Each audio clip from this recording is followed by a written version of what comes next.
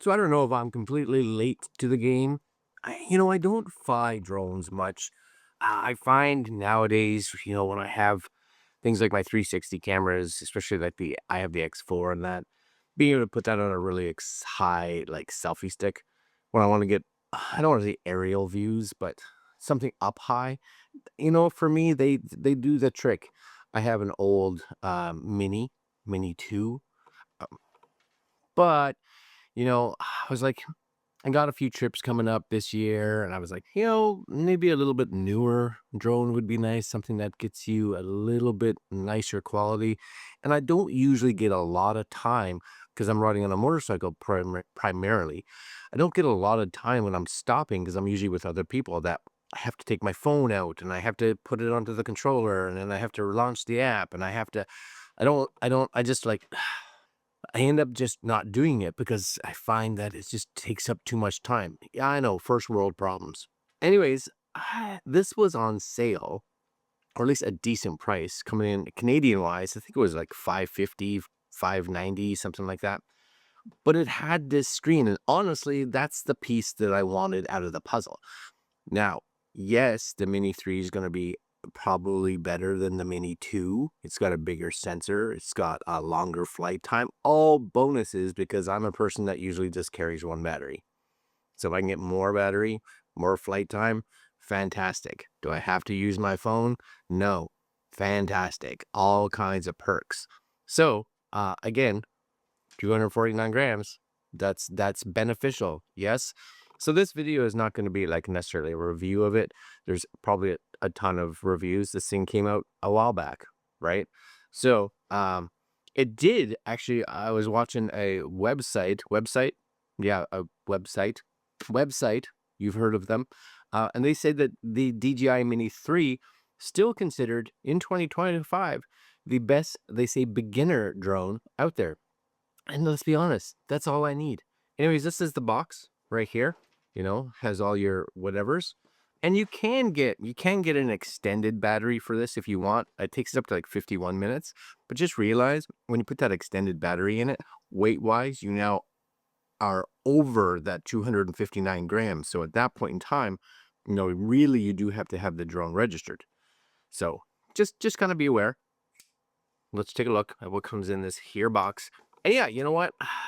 I have my Mini 2 around, so I am going to just, see how much different it is in regards to how it looks and size. They both shoot 4K.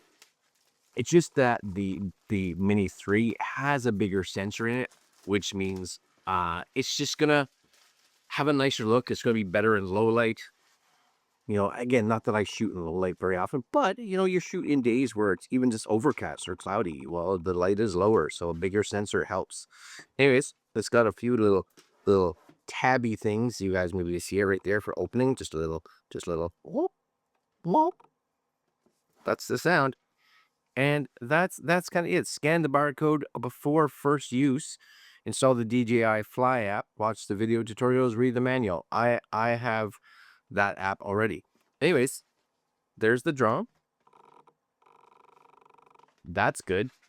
I beat that if there's no drone in there. And there's the controller.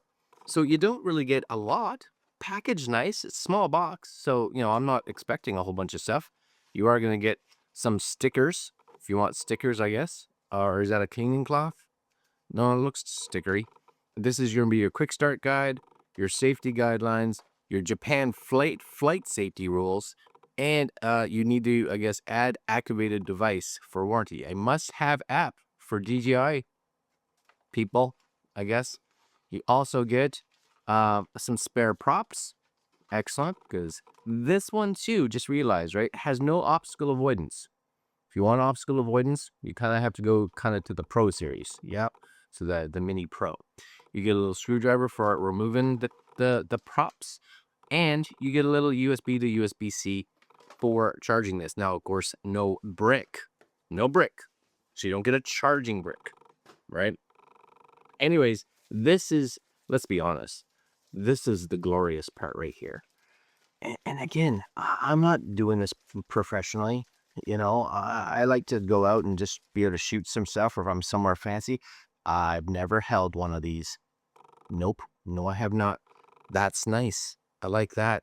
So again, you're gonna have the little sticks, and they kind of go in here, right? Screw on, just like the really just like all the other controllers, the DJI's.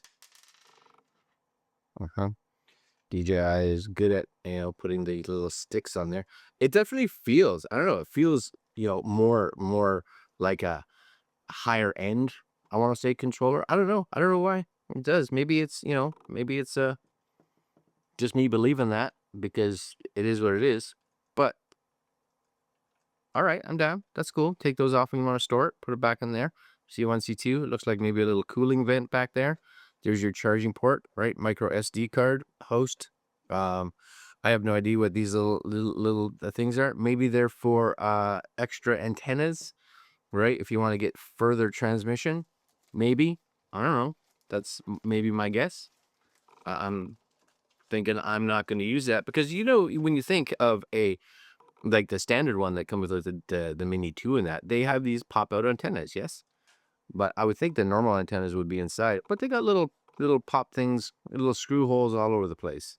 Anyways, I'm more concerned with the micro SD and the USB-C and the drone.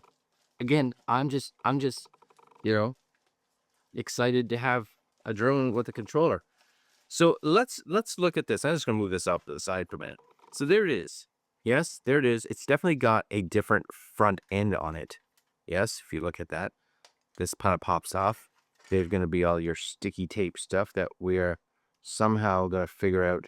I do kind of like the fact that they got it in this like yellow, just kind of being like, hey, please make sure you take these off.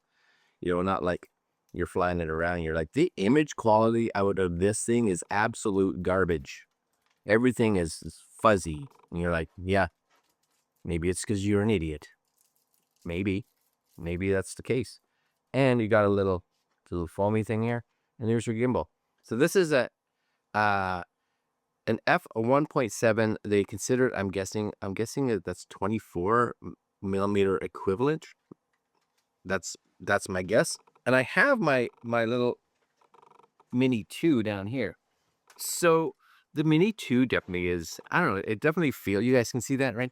It definitely, I can't speak so good. It definitely feels maybe a tad bit smaller, right? Tad bit smaller, especially when you think of this kind of sticks out a bit more than this one does. Is it much smaller? I don't know. Let's unfold just to kind of see, right? So this is the Mini 2, right? Mini 2. Tiny. Little tiny Tim. Yeah, tiny Tim. This folds out pretty much the same. Yeah, it's bigger. 100% it's bigger, right? Can you guys see those two? Right? Right there. It definitely feels bigger. It's just, but I also have to say, I kind of like that. This feels more like Mavic, right? It feels more Mavic-y versus Mini, because even like these props are up high. Like I can put my hands under these props, which may seem like a silly thing. This back prop, it's the paper goes under it. But I always found, like, if you're on the ground, this one here, when it's taken off or whatever, was just kicking up rocks a lot, and it's just hard to get it completely even. Now you do have, you have some actual, where am I here? You actually have some distance under it, which again is kind of nice. I don't know what else to tell you. It's I don't know. I like that front gimbal better. Both have, decent protection.